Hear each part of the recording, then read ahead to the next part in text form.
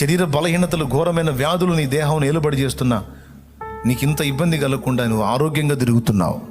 ఎవరిచ్చారు ఆరోగ్యం? మరణకరమైన వ్యాధి నీకు వచ్చినప్పటికీ నీకేం కాకుండా తిరుగుతున్నావు. ఎవరిచ్చారు? ఎందుకు ఇచ్చాడు?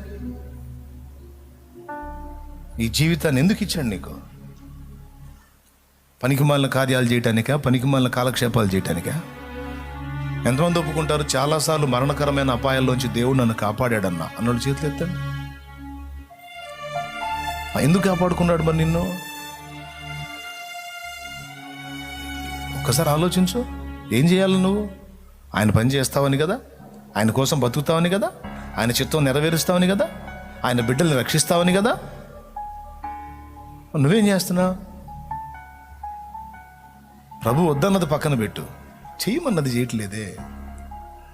ఒకసారి దాని మీద మనసు పెట్టి దేవుడు చేయమన్న కార్యాలు చేయటానికి నీ మనసును దృఢపరచుకో.